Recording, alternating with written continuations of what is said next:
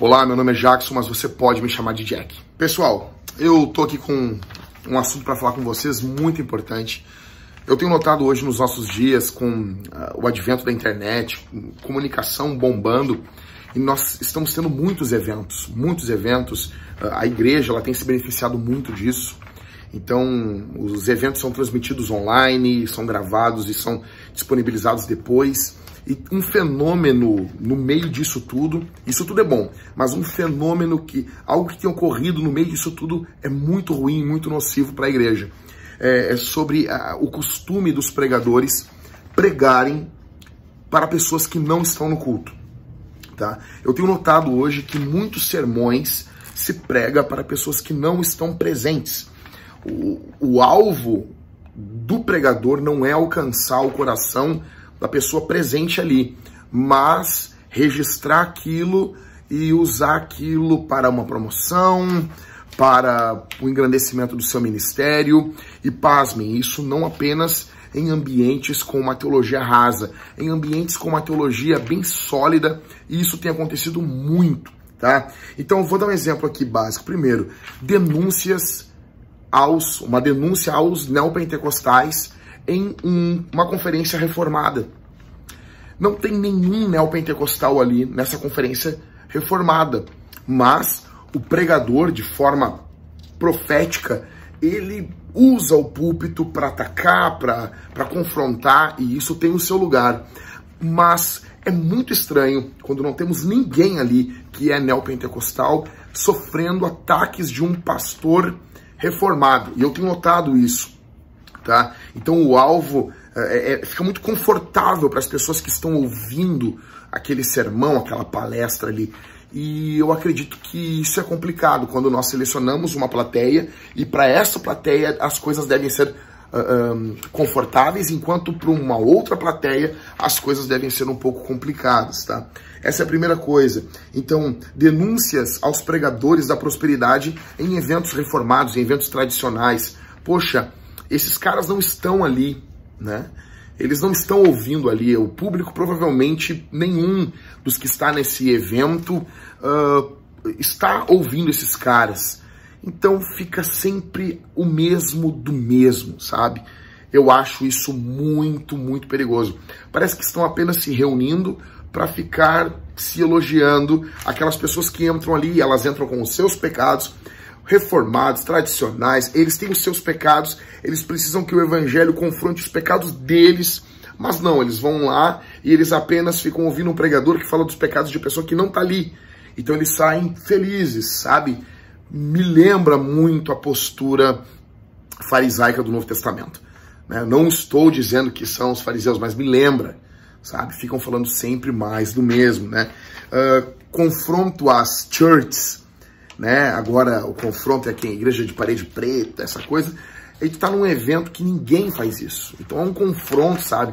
Confronto a apóstolo, que tem o seu momento, mas não tem nenhum apóstolo ali, entendeu? Para mim é meio complicado. Confronto a falsas curas, né? Falsas curas precisam ser denunciadas, mas não tem ninguém ali. Alguém vai ter contato com essas pessoas, escreva um livro, não sei, um e-mail, algo direto na internet, mas montar um circo para denunciar quando não há ninguém ali, para mim é complicado.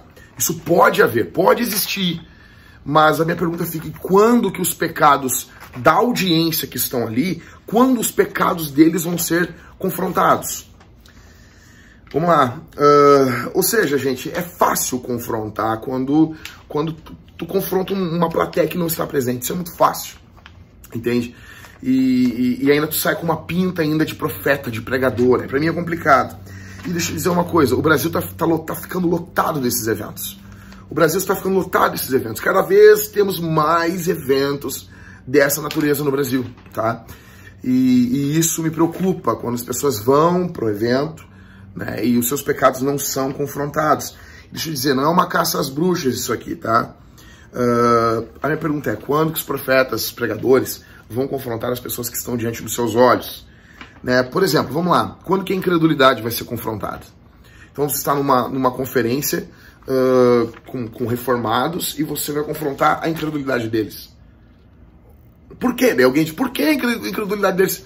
Ué, mas não é o grande pecado de todo cristão, a incredulidade? Por que não pode confrontar? Ou seja, você nota que parece que essas pessoas estão acima do bem e do mal. Então, tudo que eu vou listar aqui, alguém vai se doer e dizer, não, nós não temos que ser confrontados nisso. Quem tá falando aqui, eu sou um calvinista, tá bom? Então, eu tô falando de dentro do movimento. Um irmão muito querido, ele botou um negócio, se tu quiser te matar, te joga de cima de um ego de um calvinista. Cara, tu tem que ver os comentários dessa postagem. Os caras, não, te joga de cima de uma ignorância de um arminiano, sabe? Em vez da pessoa dizer assim, ó, puxa, ai de mim, é verdade.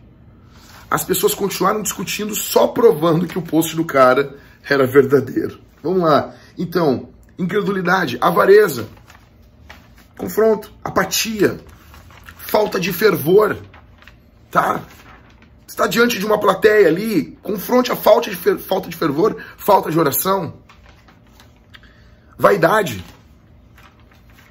O que é mais do que o movimento calvinista hoje, salvo as exceções daqueles que estão trabalhando mesmo, mas os calvinistas apenas de internet, um movimento, às vezes, banhado em vaidade, né?